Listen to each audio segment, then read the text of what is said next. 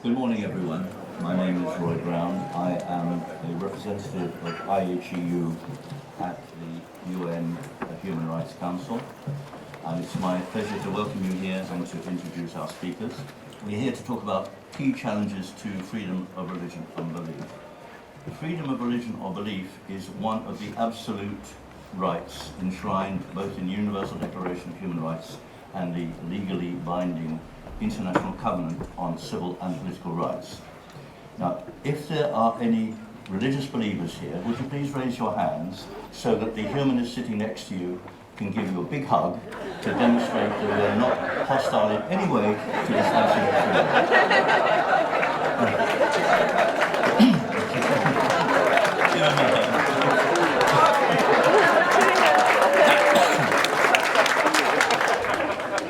It's my great pleasure indeed to welcome first Heiner Bielefeldt, who is the professor in Germany. He is one of the most renowned, best known advocates of freedom of religion or belief, and indeed of its limits. He is currently the special rapporteur on freedom of religion or belief at the UN Human Rights Council. Next to him we have Pavan Dhaliwal, who is the head of public affairs at the BHA, and on the end, currently pouring a glass of water, is Pierre-Arnaud Perrouty, who is the executive director of the European Humanist Federation. So I'd like to start by giving the floor to Professor Bielefeldt. Thank you very much. Thank you very much, Roy. Thank you very much, ladies and gentlemen, for showing an interest in this subject. Key challenges, okay, I mean that's of course a broad range of options we could discuss. I have decided to focus on one challenge, and that is a conceptual challenge. And it sounds maybe in the first moment might sound a bit academic, but I would say sometimes conceptual challenges are of a very practical importance as well. So the conceptual challenge is the following. I have come across very often somewhat skeptical attitudes towards this human right, I mean, whose full title is freedom of thought, conscience, religion, or belief. That's a full title. Because some people think it's superfluous, and some would even go a step farther, wondering whether it is a liberal right after all. So freedom of religion or belief, that's a shorthand that I'm using now, freedom of religion or belief has gained the somewhat dubious reputation also within the human rights community, within the larger human rights community, of being a less liberal human right. I think it's all wrong, but nevertheless the perception is there, and it's strong. And it's even more pronounced when two human rights somehow come up in their interrelatedness, and that is freedom of religion or belief on the one hand, and the right that is pretty much in the limelight of this Congress here, freedom of expression. So a widespread perception is, okay, here, freedom of expression, that's the really liberal right. I mean, it's the epitome of a liberal right. Here you can be provocative. Freedom of expression, green light for all sorts of challenges, all sorts of criticism, all sorts of caricature, what have you? What you have in mind, bring it, put it on the table. I mean, really green light for that. And freedom of religion or belief is sometimes perceived as rather a stop sign. Okay, don't go too far. Don't go too far, don't be too provocative. So be a bit nice and be considerate concerning the feelings of believers. So here the perception, a liberal right and a less liberal right. Freedom of expression as the epitome of a liberal right. Freedom of religion or belief may be some sort of a counter right, less liberal. As I said, it's a totally wrong perception. It's a misperception, but nevertheless it's a misperception based on something. It's based on something, it's based, and I will give only one example, on a debate many of you will be familiar with. It's a debate that took place in the United Nations, the various fora, on defamation of religions. I mean, to those who are not totally familiar, let me just spend a minute explaining what it is. For more than a decade, so starting in the late 1990s until 2010, 2011, the Organization of the Islamic Conference, now Organization of the Islamic Cooperation, tabled resolutions titled Combating Defamation of Religions. I mean, and the country which did that in the name of the OIC was Pakistan. And I mean, many of you will know Pakistan is the country with potentially the toughest anti-blasphemy law. Yeah? So I mean, blasphemous offenses, whatever that is, it's totally undefined, can even carry the death penalty. So it's really, I mean, it's a quite tough country with heavily restricting freedom of speech. And that very same country tables resolutions, I mean, whose authoritarian overtones are pretty obvious, combating defamation of religions. So restrictive in their tone, restrictive in their spirit, restrictive in their letter, from the first to the last sentence, pretty clear. And somehow it's done in the name of religion, combating defamations of, in the singular, combating defamation of religions in the plural, meaning mainly Islam, also a few other religions, but of course not all religions. So defamation of religions. So, I mean, religion was invoked, and sometimes human rights were invoked, the right to religion was invoked. The right to religion. I mean, my problem with this right is it doesn't exist, the right to religion. I mean, the Saudis always refer to a right to religion. I mean, what is missing in that right is, of course, freedom. Yeah, so don't forget the F word. Yeah, freedom. Yeah, it's about freedom. Yeah, the right to freedom of religion or belief. Yeah, more precisely, thought, conscience, religion, or belief. Freedom. So when the Saudis speak about human rights in that context, or about the right to religion, somehow sounds like the spiritual equivalent to the right to food. And of course, the state is in charge of healthy supplies. Yeah, as you can, yeah. So, I mean, that is a very strange idea.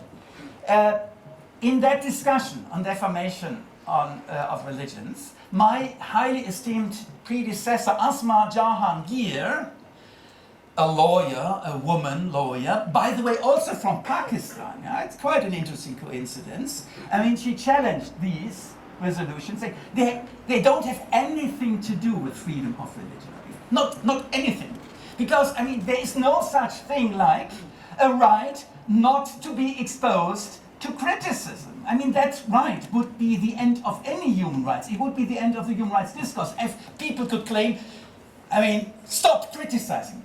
Stop criticizing us. Stop criticizing our identity. Stop challenging. Stop questioning. I mean, it would be the end of any liberal right. It would be the end of all human rights in total.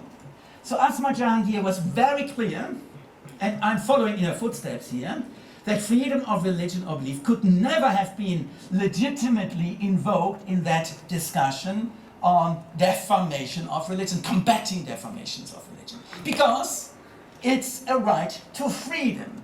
Freedom in that broad area of thought, conscience, religion, belief. It's a right that needs to be broadly interpreted, so it protects freedom to search for meaning, freedom to come to different results, maybe also to no result. That's a possible outcome, having no result.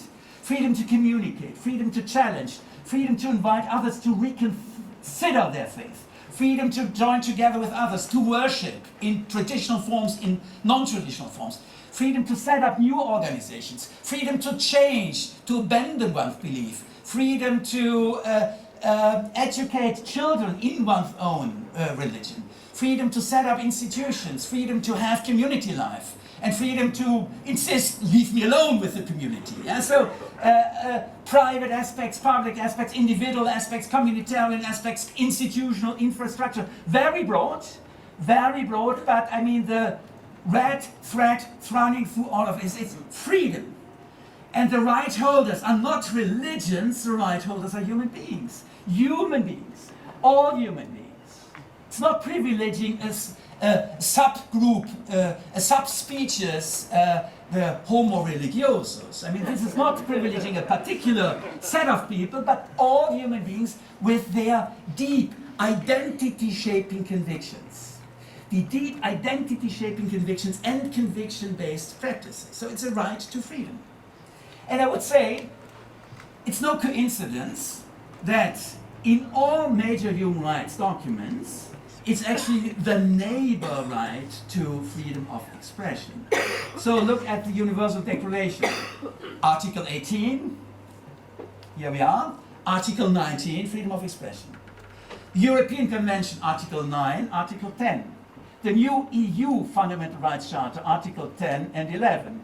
The Inter-American Convention, 12 and 13. And you can go on, it's really, wherever you look, these are neighbors. And for good reasons, because what they have in common is that element of intellectual freedom, communicative freedom, but also life practice, which is based on deep convictions, practice of individuals, of communities, and also the infrastructural components. So freedom of expression, freedom of religion and belief closely belonging together.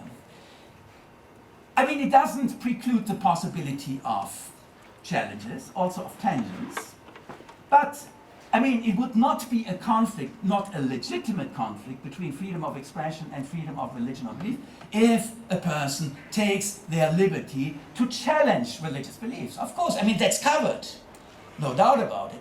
And it's not a legitimate objection that a certain position, also publicly voiced, might undermine the reputation of religion. I mean, that's the most normal part of a discursive society.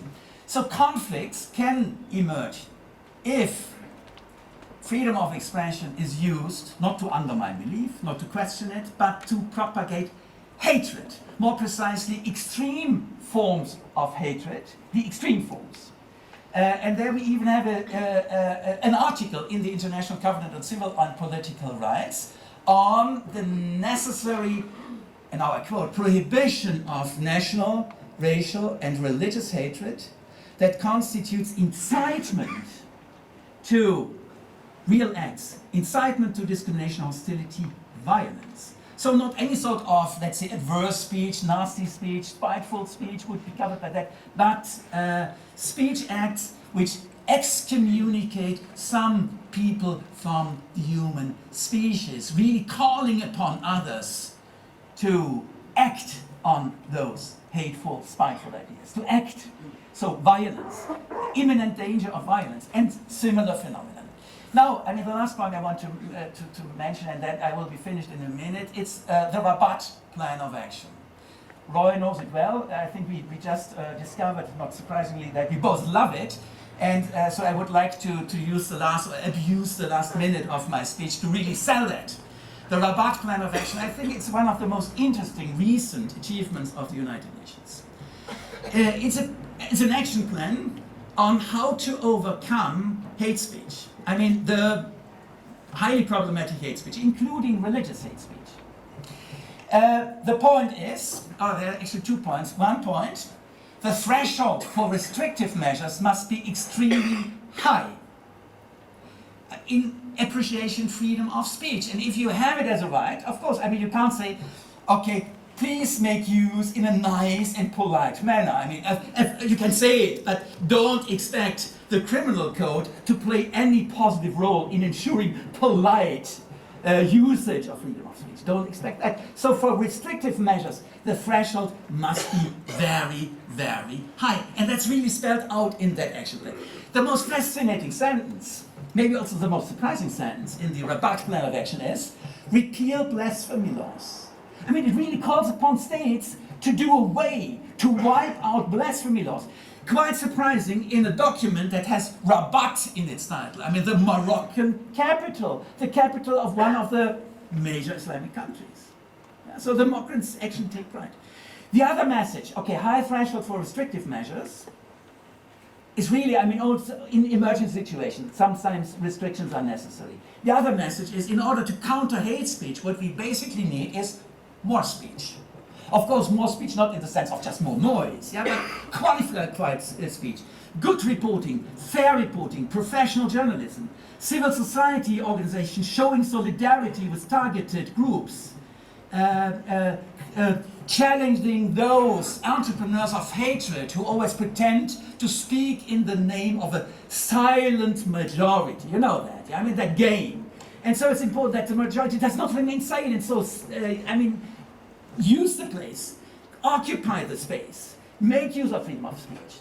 And of course, interreligious dialogue is also something encouraged in the Rabat Plan of Action. I would add, I mean, also dialogue between believers and non-believers, or traditional believers and maybe new believers. That's more important, especially in this part of the world.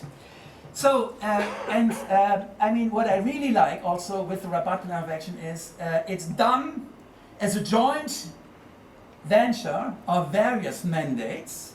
So, and inter alia, in close collaboration with my esteemed colleague, Frank LaRue, who is the Special Rapporteur on Freedom of Expression. So there were some other rapporteurs, and freedom of religion. So I think really here we have re-established the neighborhood, the friendly, positive neighborhood of these two rights, Article 18, if you want to have two house numbers, and Article 19, as mutually reinforcing. And that's the understanding of freedom of religion or belief. That's the understanding. So in the end, it's not a less liberal right than any other liberal right. It has the same logic, the same rationale, and it's an indispensable part for the broader, within the broader human rights agenda. Thank you very much.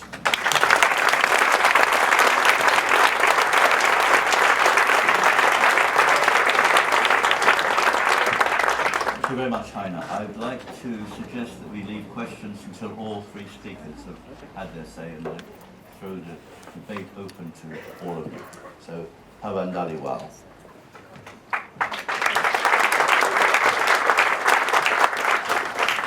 Hello. Heiner's just spoken to you as an academic, and I'm going to not just an academic, but from an academic's perspective. I'm going to speak to you from the perspective as an activist, and as to what I think some of the key challenges around freedom of religion or belief are. Now, we heard powerful testimony in the plenary session this morning about real abuses going on in the name of religion or belief. And persecution of people, such as Asif, Agnes and Gululai. Syrian Christians are being driven out of their homelands. We've heard today that the Yazidi minority sect in Iraq are being beheaded, crucified. Their women under the age of 35 have been taken away. The Rohingya Muslims in Burma are being persecuted in the most unspeakable way. These are real and key challenges that we have to face up to. And what I want to say to you is that one of the biggest problems that we face, particularly here in the UK and within Europe, is the misrepresentation of this idea. The hijacking of freedom of religion or belief, and things that can be done in the name of freedom or religion or belief. We hear people here in the UK decry, we're being persecuted. Christian persecution is alive and well in the UK. And it even took for the former Archbishop of Canterbury to tell these people to grow up. And that's exactly what they should be doing. We have a very powerful vested interest lobby groups who are growing stronger by the day. They have huge revenue, and therefore they are gaining increasing power. There were some high-profile cases in the UK 2 years ago now, which went to the European Court of Human Rights. They were bunched together as the Christian persecution cases, and this is how that they were reported across all of the national media. We are losing our rights as Christians. We can't wear crosses to work. I don't want to give counselling to gay couples because it's a matter of conscience for me. I can't understand what their sexual relations are because they're so abnormal. I don't want to marry gay people because it's against my beliefs. I work in a hospital. I'm a nurse, and there are 100 health and safety regulations that I have to abide to. And part of my job is to bend over people to help them out of bed. But I want to be wearing a chain on my neck with the cross, which they could potentially pull down and injure this person. But by restricting my right to wear the cross, you're restricting my right to freedom of religion or belief. These are not cases of persecution. These are quite simply cases of employment codes of conduct. And when people take jobs, they sign equalities policies that they agree to abide to. But the danger in the way that these cases are being presented here in the media is that people will read these stories, they will listen to these stories, they will hear these people given airtime in the media, and they think there's a problem here. There's a real problem. And we all know how powerful the media is at setting the agenda.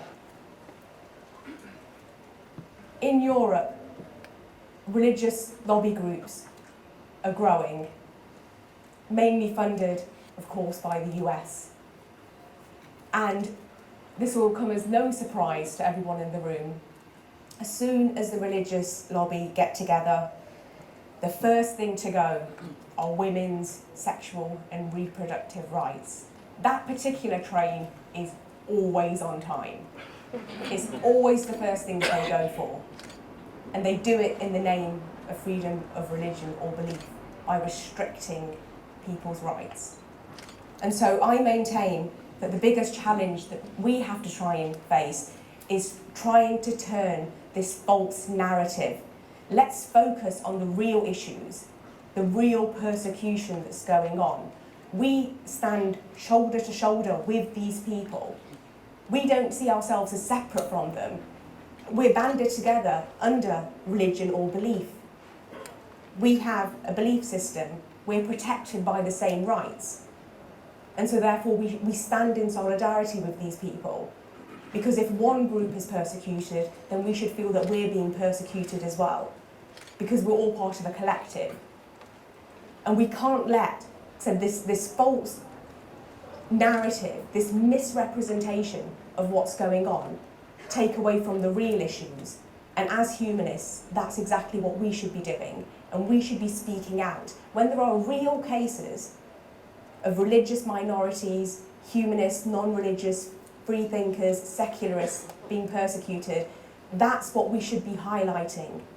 Not buying into a narrative of, well, let's say it's Christian persecution, because what we're actually really talking about here is, oh, Christians can't be Christians in this country anymore because the Muslims are here and they're taking over and they've got all the rights, or the minorities have the rights.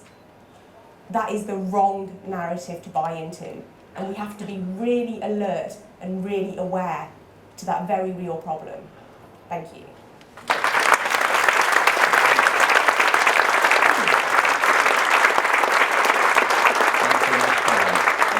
I hope when it comes to question time, we can look at ways to, methodologies to counter this misrepresentation. I should have mentioned earlier that Pierre-Arnaud Perrouty, as well as being the Executive Director of the European Humanist Federation, he heads the international team at the Centre d'Action Laïque in Belgium, and he's in fact no stranger to Oxford, since he had not a law degree, I think you call it jurisprudence, don't you, from Oxford. So, Pierre-Arnaud.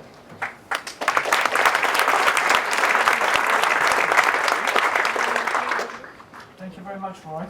It's very good to be here again after these years. I'd like to first tell you where I speak from. I'm also an activist like Pavan. I'm very active in the European Parliament, also in the Council of Europe. So pretty much every day I meet these people who have this narrative that Pavan mentioned, claiming that they are victimized, that they are persecuted. So yes, hard work. My starting point would be that what Heiner mentioned yesterday, to have the human rights as the lingua franca, our common language. But I'd like to tell you that even language can leave room for interpretation. So if I tell to someone, see you tomorrow at 10 at the bank, maybe you will wait for me in front of a building in the city, and maybe I will be by the river waiting for you. So language can be dangerous, and so are rights. We don't mean necessarily the same things, even with human rights. Take the right to life, take the human dignity, take the conscientious objection. All these rights are very important to us humanists, and they are very important to believers as well. But we just don't mean the same things. So what's very important today, and that's probably my key challenge today, is to keep fighting for rights in a progressive way, in the way we mean it, in the way it was meant when it was written down in the various declarations. And human rights are constantly evolving. I mean, it's not a finished work. The world is changing, it's evolving, there are new challenges, and we need to make sure that the rights are adapted in the right direction. And that's not for granted. All this narrative about victimization is of course bullshit. If you look at Europe, it's completely different thing if we talk about other parts of the world, of course, and we need to respect that, to acknowledge that there are genuine cases of persecution of people because they are religious. I mean, the Iraq is just an example out of many. But the whole Christianophobia thing, I mean, they're trying to call about Christianophobia in Europe. Come on, I mean, there's no Christianophobia in Europe. They are just losing privileges they've gained for centuries, and they're trying to reshape that into persecution, as I mentioned. So I think we really need to be more organized than we are today. We are very divided in countries, in little organizations, and we need to realize that it's only working more together, it's changing. I mean, I've been talking a lot with Catholics for Choice. You may not know them. They are very progressive Catholic American people working in Washington, D.C. They claim pretty much the same thing that we do. I mean, they're on very, very same line. They happen to be Catholics, but they oppose practically everything the Vatican says. And still they're Catholic. And they're very good. And when you talk to them, you see that the issues raised in the US are pretty much the same. And no wonder, because they imported the methodology, they import money, so we got pretty much the same thing. So we can learn from them, we can learn from discussing with them. And well, they're from inside, so it's really interesting to discuss. So my call would be, let's find a way to work better together, because we will really need it in the coming years. Thank you.